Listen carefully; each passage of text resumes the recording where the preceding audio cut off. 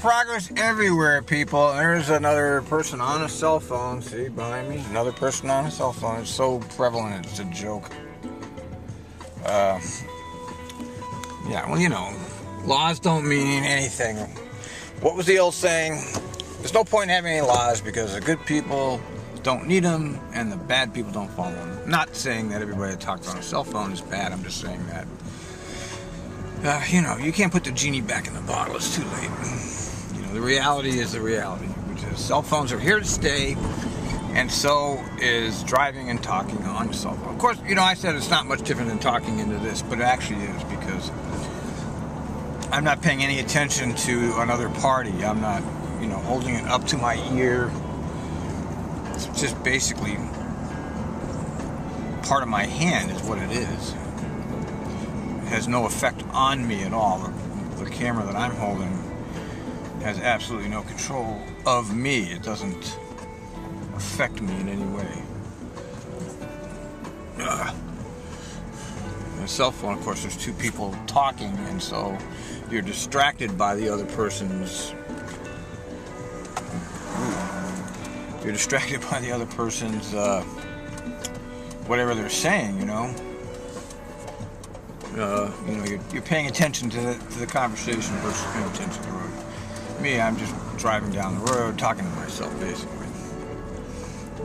A skill I learned at TriMet because I couldn't tape things anymore, so I took away all my videotaping stuff from random events, and so I turned the camera on me, and here I am today, talking to myself in the camera, which is okay, because it's still easier than writing blog posts.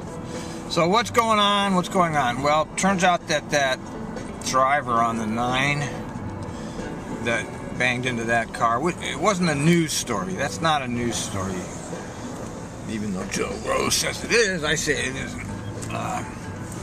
But, you know, Joe Rose, you know, Oregonian, but, you know, he knows that these anti-TriMet stories sell. You gotta remember, he's getting paid. You know, the Oregonian gets paid. The Oregonian itself is a right-wing rag, you all know that. Come up, their editorial board is notoriously biased. I mean, he's gonna go right up the highway. Where's he gonna? Joe Rose is a fairly nice guy. I never really had anything against him other than he's always pointing out our flaws, but I don't know, he's just got to get paid, I guess, you know. And everybody, as I was saying, everybody knows these anti-TriMet stories sell. People want to hate bus drivers and TriMet. It's funny because the Oregon's a green city and all that nonsense, and yet there's this lividness. Newspapers just show how much, you know, animosity there is for the TriMet. Now, some of it's self-deserved. Some of the things they've done here really are pretty outrageous, all things considered. I mean, you know, they just waste money hand over foot here. But so does the city of Portland. I mean, you know, you're talking government, which just can't survive unless it just wastes our money. And, you know, these people that are spending it don't actually provide any services, you know. Bureaucrats, politicians, they don't actually do anything. You know, plumbers, drivers, carpenters, repair people, janitors, teachers, etc. They all do something that actually benefits the public in some way or another. Whereas bureaucrats live off of basically everybody else's labor, you know, in the guise of, well, we have to supervise these people. Well, it's just basically Darwinism at work. The strong eat the weak. And they're in a hierarchy of human existence, all controlled by our money. You know, we have this very evolved system of control. Quite remarkable when if you really look at it closely. Evolution really took us to a strange place where people worship the dollar and wealth, and people who have wealth are revered, and I don't know. I don't understand any of it. All I know for sure is this existence I'm in is temporary. So you really got nothing to worry about when you understand the reality of your situation. It's all temporary. And I have a real feel for that because of my upbringing, which was quite traumatic around a lot of things that happened when I was a child. I learned early that don't count on there being tomorrow.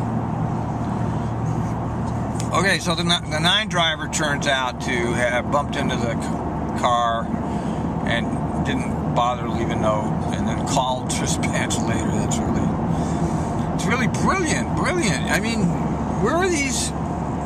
What's the matter with these operators? You know, I'm always defending operators, and we're not stupid, but Jesus, some of us are really stupid. The ones that are stupid are really stupid. You know, the ones that would steal a backpack, put their stuff in it, and then deny it to the person coming back on the bus. I mean, that's really stupid. It's like, how do they ever get in here, people like that? That's the big question I want to know. How do you get people who are hitting a car in front of witnesses and not calling it in right there? So you hit the car, you stop, you call this. Doesn't everybody know that? I mean, doesn't everybody? And if you can't make the turn, you stop. So what if you're blocking the highway or whatever? You stop. God, man, what's the matter with these people? Just stop. You know, it will get cleared up. You call the cops, call the dispatch, they call the cops, whatever. If you know you can't get around something, then don't try. I mean, you know, I can size up a situation pretty quickly and see whether or not I'm going to make that turn. I bet you there's another inexperienced driver. That's my guess.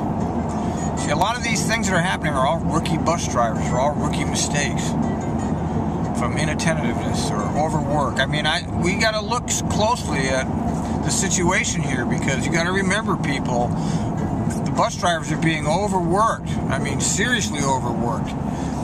And they're not looking at any of that when they're evaluating the accidents. They're not looking at the working conditions. They're not looking at the hours they've worked. All they know, oh, I got enough sleep the night before. Well, that's not the only criteria in judging state of mind. There's lots of other factors involved. Late, not late, people whining at you, people pissed off at you. There's all kinds of criteria that you have to look at when you're evaluating, why did this happen? There's a reason why it happened. There's a reason why Sandy Day hit those people. There's a reason for it. Only she knows the reason. And given the nature of our society, we can't ever find out, because she's prohibited from telling anyone the real reason it happened. But it would be great to know exactly what was going on in her mind at the minute before. What was she thinking? There was something going on there. Oh, look, another nice big accident. Cops, fire trucks, ambulances. It's the car, man. It's the auto. The vehicle causing death and destruction all around. There was some guy that just went off the road, another crash somewhere. It's every day. It's just dozens and dozens of these crashes. Nobody pays a mind to it. The only time they notice is when a TriMet bus gets in an accident. For some reason, that's significant. But when all the other shit's going on, which is a majority of the death and destruction here, when all this other crashing is going on, nobody pays a mind to it. It just goes to show you that, oh, there's the Cone elevator. I fired them. Not because well, it's a different story. When other shit happens, nobody pays attention. And it's only the media drumming up our anti-TriMet baloney that we have to live with, that we have to deal with it. But the real mayhem is in the automobile. That's the real mayhem. That's where you're really going to get killed, on these highways. Look at all that stuff. You're not going to get killed by it. The chances are very low. We had one, in 40-some years, we had one real horrible tragedy. And it's amazing to me, because I used to drive the old Transit Mall, and those of you that didn't have the experience of that was insanity there. Especially the last 6 months, when everything went to complete mayhem. You had cars, bikes, cars going the wrong way. It was just unbelievable mayhem. I would go down there and just marvel at the complete mayhem. And I would see bus drivers doing stupid things like rushing through lights, and I would sit there by stop. I would just go, what are you doing, man? Don't you see the mayhem around you here? And it just amazes me. There are some pretty stupid people working here, I've got to admit. I'm sorry to have to say that, but it does seem true. You know, rushing through the transit mall, oh my God, I can't even imagine anybody thinking like that. Yeah, I don't know. What was the other event? Let's see. So, oh yeah, the bicyclist that got squashed by the bus on the West Shuttle. Was it the West Shuttle? Yeah. Or was it a Max Bridge? Well, one of them. No, it was a Max Bridge. What am I talking about? It was downtown. Yeah, Max went down again for one reason or another. It turns out he blew a signal and ran into, and the bus hit him because he went through a lane. Look at the motherfucker, man. Look. See, he's just jetting around. Now, right ahead of him is a whole sea of red lights. He's going to rush his ass right up there. Now, you watch. Look, jam on your brakes, you dumb motherfucker. Look at him. Oh, he's cutting over to the left now. See, it's just... And, you know, he's got nowhere to go, but he's going to speed his ass right up there. It's just amazing. I really wish gas would go up to $10 a gallon. I want to see the car culture end now. I've really had enough of it, you know. And here's the sea of red. Here's the sea of red right here. So, yeah, he really made good time. Uh-oh, Jeep behind me. She's picking her face. Nope, she's not going to hit me, though.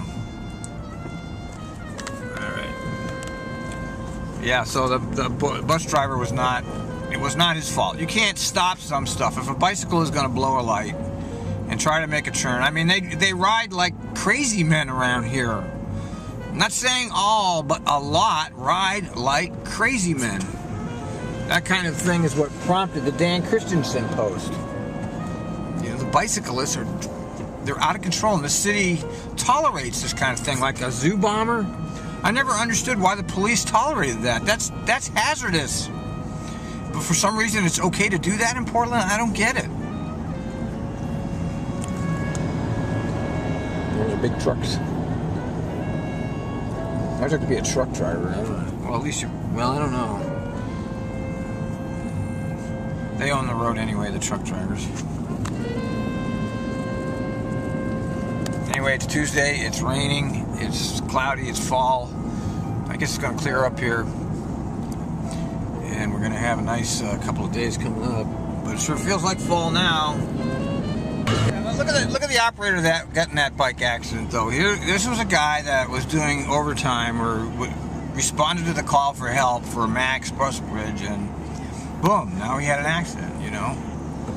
So what role did it play that he is working extra? It plays a role. I'm convinced that it plays a role. That when you tap people out, you keep them working and working and working. This is the kind of job where you're going to have this kind of event. You cannot just keep people working and expect nothing to happen. Okay, we're not behind a desk. We're not answering a telephone. You're operating heavy machinery and dealing with people. And if you keep doing it, you're going to get people. Something's going to happen. Either you're going to piss off people or you're going to get accident. It's not healthy to have people working 12 and 14 hours a day. That's a recipe for disaster.